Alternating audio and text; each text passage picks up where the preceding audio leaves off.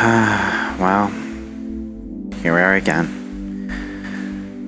Back in the bathroom. Another day, another radio show. Just gonna talk to Erin. She's a new video person. Erin, what are you doing? What are you doing with your f***ing life? Trying to do my job. But like, what the f*** are we doing? Like, what are we doing?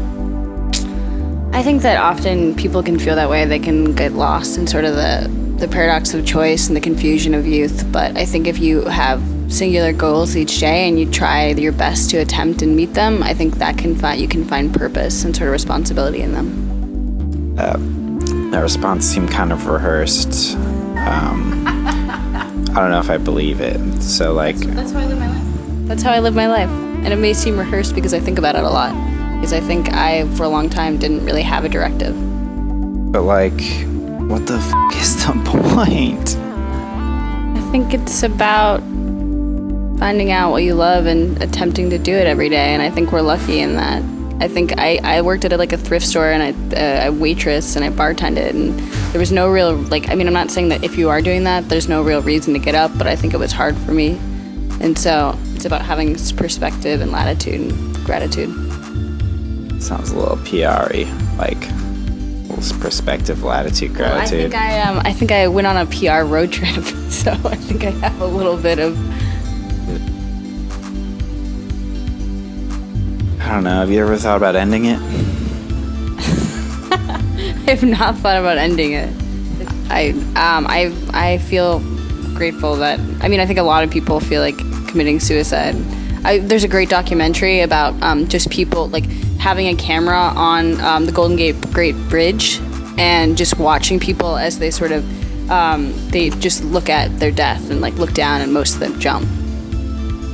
I think suicide really is the most selfish act, and when you look at a place like New York, there's more suicides than there are murders. You have to ask yourself why is that?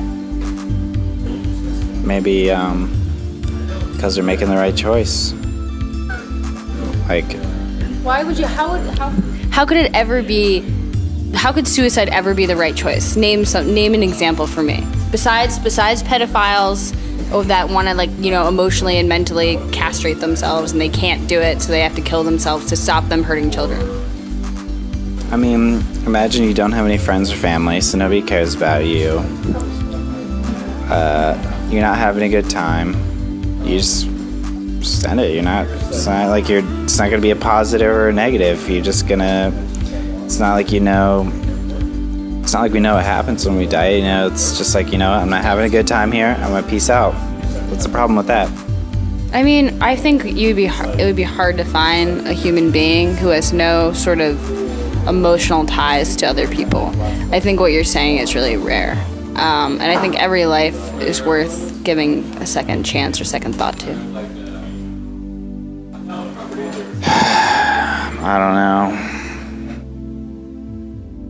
All right, back to the music.